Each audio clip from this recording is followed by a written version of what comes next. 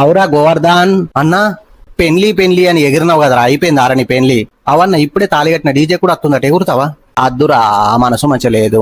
ఏమైందన్న, mutton సక్క వేయలేరా? మంచిగా వేసిరా, 2 పూల బొక్కలు కూడా పడ్డాయి. మరి ఎందుకన్నా ముఖం గట్ల పెట్టినావు? క్యాన్సర్ వచ్చిందా? అవలే కానీ వారా, క్యాన్సర్ వస్తే ఏమైతుందిరా? ముక్కులకెళ్ళి రక్తం కారుతుంది. మరి నాకు గారింది ఎప్పుడన్నా? కారలే, మరి ఏమైందన్నా? రామశిల్క చెప్పినట్టు చెప్పిన కదరా, పెండ్లద్దు ఈ పెండ్ల మద్దురా అని. ఎందుకు వేసుకున్నావురా పెళ్లి? ఏం తక్క చేసారా నీకు? పెండ్ల మత్తు ఇంటికి కలత్తదన్నా. పెండ్లం పెండ్లం పెండ్లం ఏం పెడతదిరా పెండ్లం? ఆకలి అయితే అన్నం పెడతది, అలసత్తే ఆయిల్ పెడతది అన్న. నెల కాగానే ఇంటికి పైసలు లేకుంటే నేను బొందా పెడతది అన్నా. మరి లేకుంటే కాటన్ సీర కట్టుకున్న కరెంట్ రా పెండ్లం అంటే. ముట్టుకుంటే షాక్ కొడుతుంది, పట్టుకుంటే పైసలు అడుగుతుంది. ఎట్లా చెప్పిర్రా?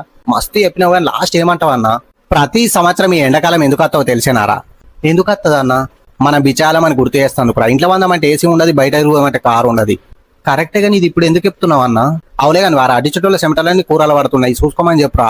సరే అన్న, ఓకేరా, మరి నేను పోతా. బకెట్లో బట్టలు నానబెట్టి వచ్చిన, పోయి పిండుకో.